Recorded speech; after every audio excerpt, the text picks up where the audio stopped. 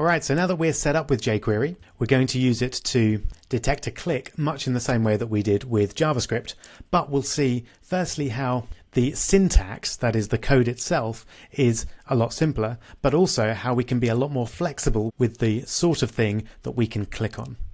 So first off, very quick mini CSS challenge for you. Can you create a green circle and 2 red squares using divs and CSS? Go for it.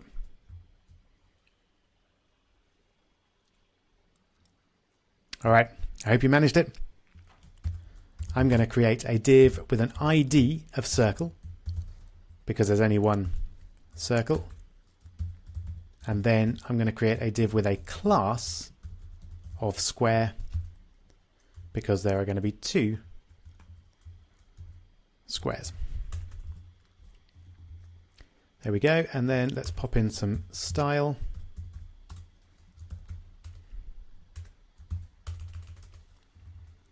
And then to make our circle, we use hash and then circle to select it. And we want a width of, let's say, 150 pixels, a height of 150 pixels, and a border radius of 50%. That's what makes it circular. And then a background color of green. All right, let's just check that. Excellent. Oh, indeed, jQuery is still installed successfully. That's great. We don't need that code anymore. All right, and now let's get the squares. So dot, because we're selecting a class this time, and we'll have the width and height the same.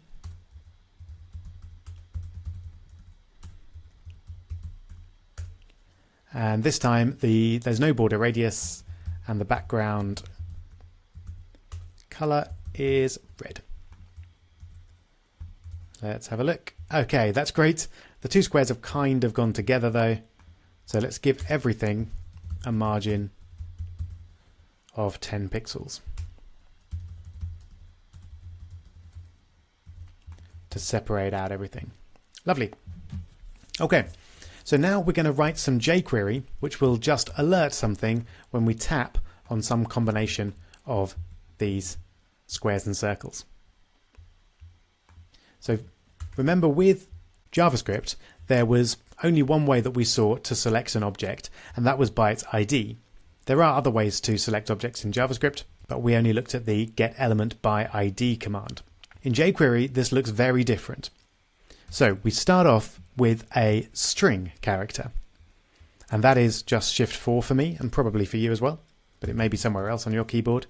And pretty much every jQuery instruction starts with a string. So the string here kind of says, right, we're doing something with jQuery. And then we put parentheses, and as you can see here on my text editor, it's saying we need a string of a selector. So inside these parentheses, we enter a string, and that's the thing that we want to select. So if we want to select this first circle, we want to select it by its ID. So that's a hash, just as it is in CSS, and then the ID. So circle. So what this does essentially means select the circle. And then we want to do something when that circle is clicked. So we use dot and then click. So pretty similar to the onClick command, but slightly different. We're just looking at click here. And then we want to do something when the circle is clicked.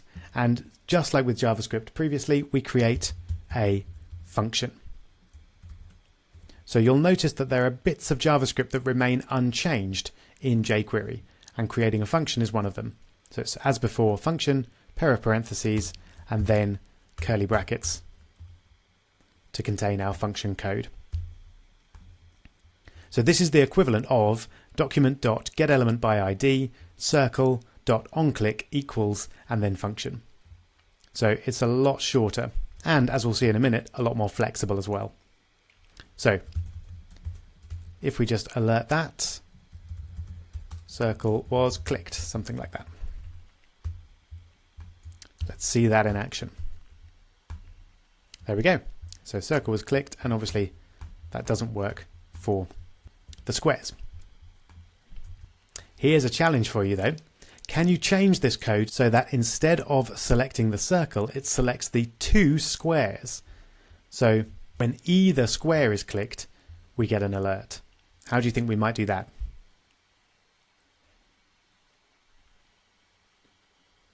I hope you got it. It's just like in CSS.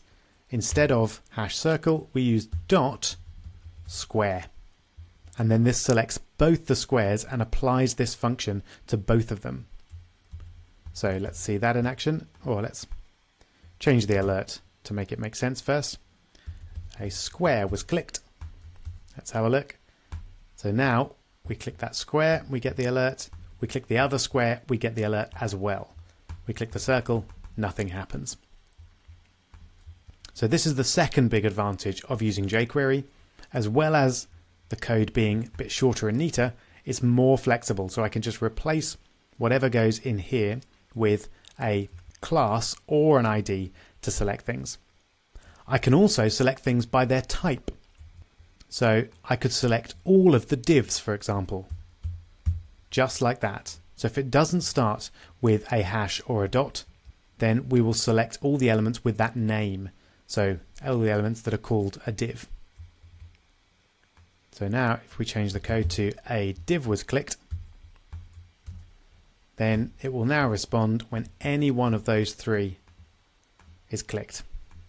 And if I click anywhere else, nothing happens because there's no divs over there. So this is an early taste of the power, ease and flexibility of jQuery.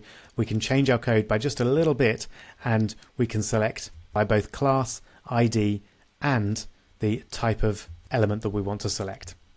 Alright, so now we've seen how to use jQuery to respond to a click. Let's use it to change and adjust our website content.